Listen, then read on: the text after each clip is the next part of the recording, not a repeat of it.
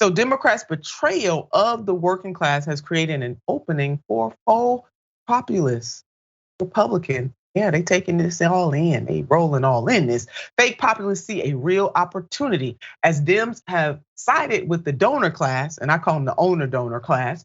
Republicans have made huge gains among working and middle class voters. That is coming from The Lever, written by our very own David Sirota.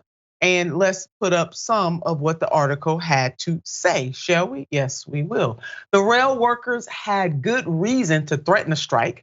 Railway workers wanted sufficient pay leave to cover illnesses, and the big companies didn't want to provide them, despite the fact that rail companies are more profitable than ever. How have they gotten so profitable in just the last few years? By cutting the number of rail jobs and working laborers harder.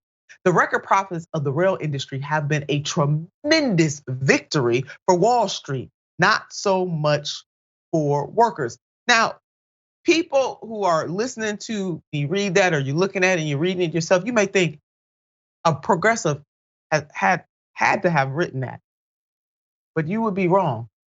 That was not written by a progressive. That was written by a Republican, and that Republican is Senator Josh Hawley, the Republican from Missouri. And yes, we put up this headline: "Which side are you on, DC, Josh Hawley?"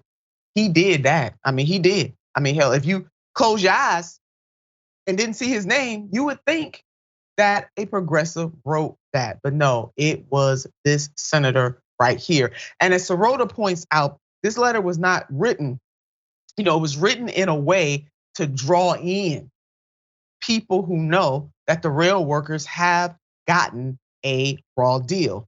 And that's right, while President Biden was behaving like a villain, now this is coming directly from Sirota, was behaving like a villain from Les Miserables, busting workers strike and then eating caviar and lobster. And this is no exaggeration, folks. Eating caviar and lobster at a black tie dinner with the French president, Harley was penning that essay, which culminated in him declaring, quote, "Wall Street and Washington say this anti-worker agenda is the natural order of things. They're wrong, as usual. We don't have to follow this path, and we shouldn't a moment longer." Now, Lance, I'm telling you, like, I could have wrote that. That just sounds like we ain't got to accept things as they are. We don't have to listen to these people who have sold out to the oligarch class. We can do a new thing. You deserve a new thing. I swear to God, this man, he was looking at my notes. That senator was looking at my notes, Lance. That's what that was about. I think one of the scariest things about all this, though, that people have to realize, Tucker Carlson or your Alex Jones or all these faux populist right-wing grifters, they know how to tap into this. Like Tucker Carlson can say it's this evil cabal of the elites, and Alex Jones is talking about the lizard people and blah blah blah, and then they're probably both talking about something anti-Semitic. Who knows? But they don't actually care about workers. They don't actually care about talking about things that are actually going to improve the lives of everyday working Americans. They just want to vilify groups and utilize this faux populism. While at the same time, it's totally right that the Democratic, especially the corporate Democratic Party, they're not helping either. They are just as big as sellouts. If you have people like Nancy Pelosi or people really high up who are willing to take and do huge amounts of stock buybacks or stock purchasing and then pass legislation that may or may not actually regulate the industries they work in, that's corruption as well. Like people see that for what it is. So you've got the right who can tap into this really well. They know how to do it. And then the Democrats who are basically doing the same thing, but trying to be like, performative about it.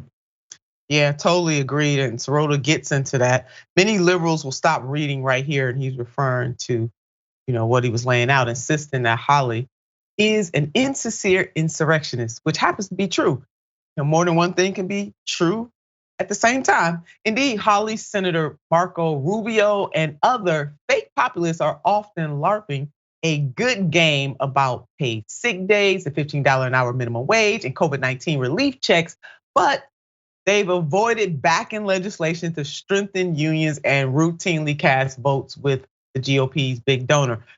All points that you were just making, Lance, and it is so true. And that is why we're calling them faux populists, because when the rubber meets the road, or when it really comes down to it, when they have an opportunity to truly show whose side they are on, they usually vote with the corporatist wing of their party, as do the neoliberal Democrats. So we have the corporatist wings of both parties selling out workers and poor people in this country. So Democrats are losing voters. Betrayal has a cost. It really does.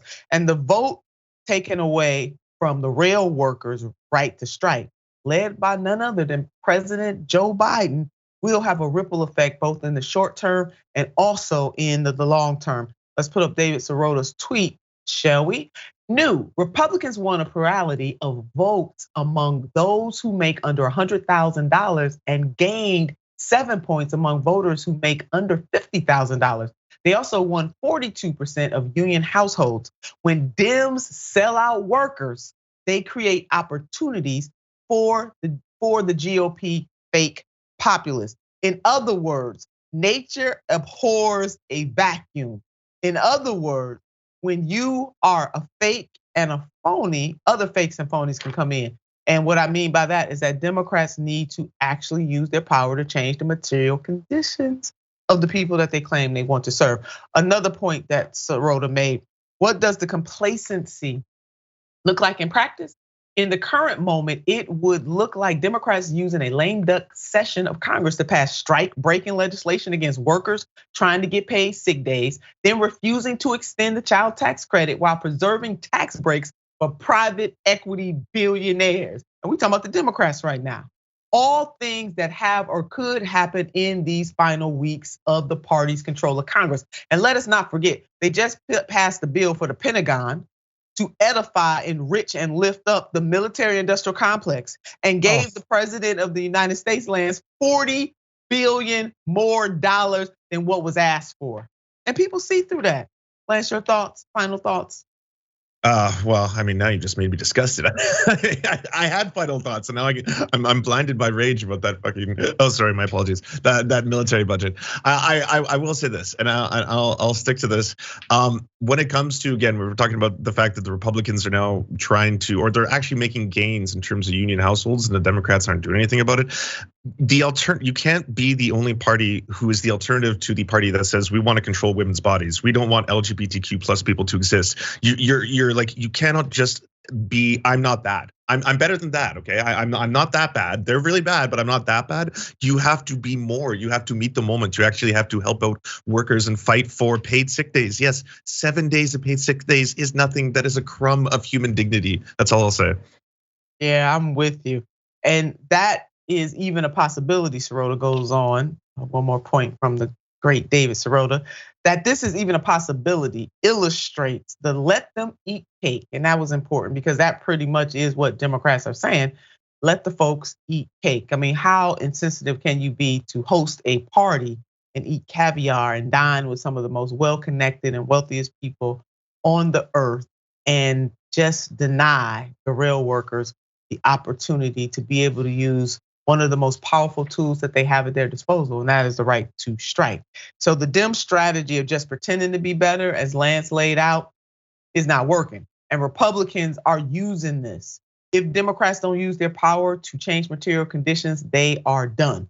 Folks are picking up on the scam. In reality, both parties are failing. Both Democrats and Republicans are failing the working class people of this country.